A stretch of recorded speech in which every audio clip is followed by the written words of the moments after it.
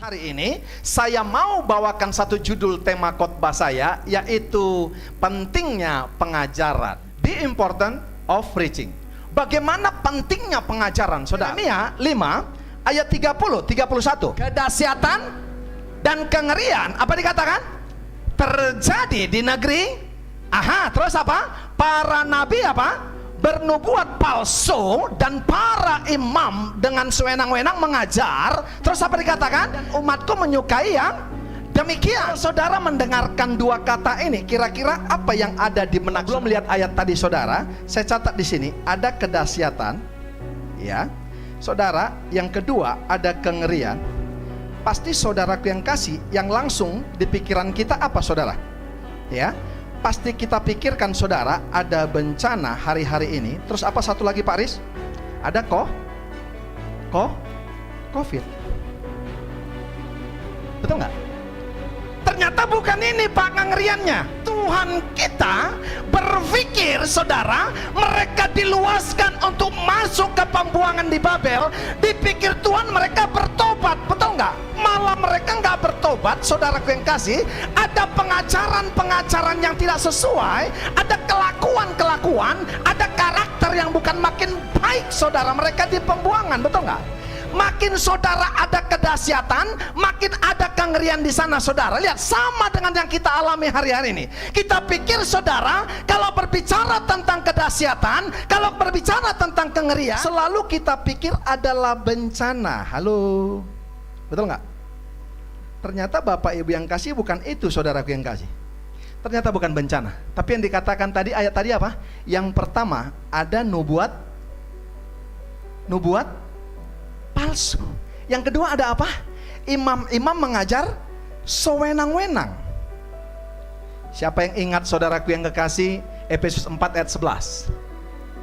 Ada di sana 5 jawatan: guru, nabi, rasul, saudaraku yang kasih, ya, haleluya, penginjil dan gembala, betul nggak? Tahu nggak, saudara?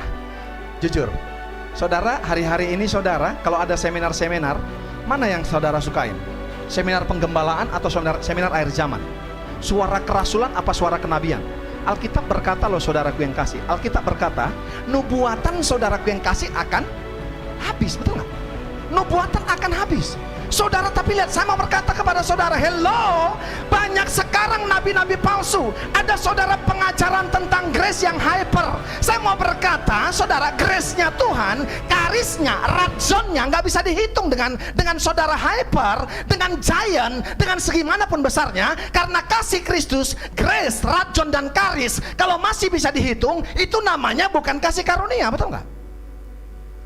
Nubuatan akan berakhir, Pak. Tapi suara gembala, saudara, tidak akan pernah berakhir, betul nggak? Orang hari-hari ini, Pak, senang banget, Pak, dinubuatkan nubuatan palsu. Lihat, saudaraku yang kasih, ya, Mbak Yul kemarin, saudara, ditangkap, betul nggak?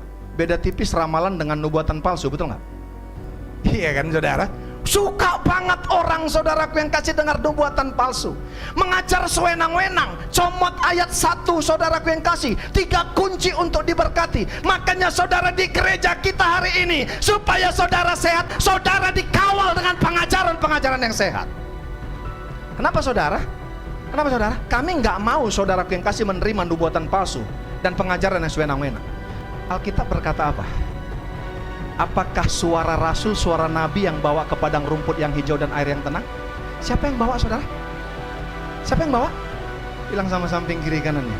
Makanya bilang, Pak, gembala kita adalah, saudara, utusan, representasi daripada gembala agung kita.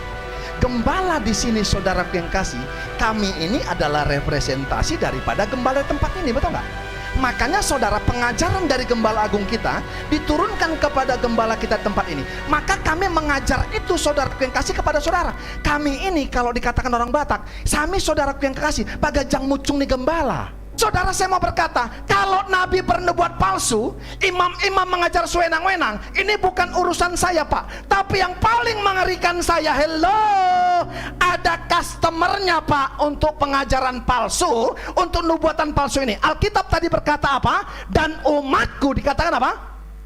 Menyukainya. Umat, apa dikatakan, Bang Yes? Haleluya. Bang Yus masih ingat loh ayatnya. Umat suka. Ini yang bikin saya sedih, Pak. Suka banget. Kamu akan dipakai Tuhan. Ayat pun gak tahu. Betul gak? Haleluya.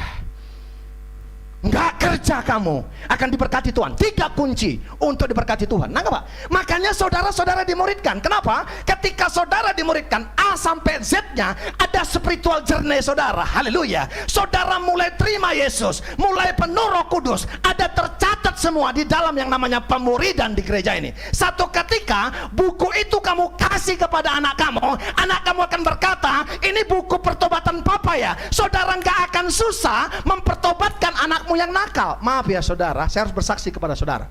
Anak saya nggak susah ngerawatnya saudara. Saya ceritakan sama mereka pertobatan saya. Saya jemprengin kepada mereka buku spiritual journey saya. Merokok bang, ini konsekuensinya. Seks bebas, ini konsekuensinya. Papa, yang papa lakukan sekarang, kamu bersyukur. Kamu jangan coba-coba ikutin seperti yang papa lakukan. Seks bebas, narkoba dan segala macam. Papa nggak AIDS, itu karena kasih karunia. Tapi kalau kamu lakukan hal yang sama, belum tentu kasih karunia yang seperti papa alami, kamu alami juga, betul nggak? Nah, saudara, umatku menyukainya, Pak.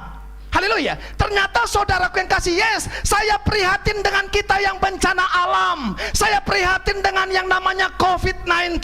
Tapi ternyata begini, yang menghancurkan satu bangsa dan negara bukan hanya bencana alam, bukan hanya sakit penyakit. Yehezkiel 7 ayat 26 berkata, bencana demi bencana, apa dikatakan sama-sama, akan kabar demi kabar akan apa? Akan tersiar. Mereka akan menginginkan suatu penglihatan dari nabi, pengajaran hilang lenyap, haleluya. Terus dikatakan apa? Dari imam, dan nasihat dari tua-tua, saudara. Jadi apa yang hilang saudara? 2, ternyata yang menghancurkan satu komunitas, yang menghancurkan satu keluarga, yang menghancurkan gereja, yang menghancurkan bangsa, yang menghancurkan saudara pertemanan, yang menghancurkan saudara satu komunitas kerajaan Allah, bukan saudara bencana, bukan sakit penyakit saudaraku yang kasih, tapi hilangnya pengajaran dan nasihat. Nah saudara, makanya saya katakan the important of preaching, pentingnya pengajaran. Saya berkata dalam hidup saya begini Bapak Ibu, biar bumi akan berlalu, biar bulan tak bercahaya lagi, betul nggak? Tapi kalau masih ada firman Tuhan saudara, saya masih bisa kuat. Saudara camkan ini, bencana itu hak prerogatifnya Tuhan, prerogatifnya Tuhan. Tapi saudaraku yang kasih, pengajaran adalah apa saudara? Tanggung jawab gereja. Siapa gereja saudara? Sion-sionnya Allah, saudara dan saya. Nah, nggak bisa Pak, kamu bendong rumah kamu, nggak bisa Pak. Kamu bikin rumah kamu 4 lantai, nggak bisa Pak.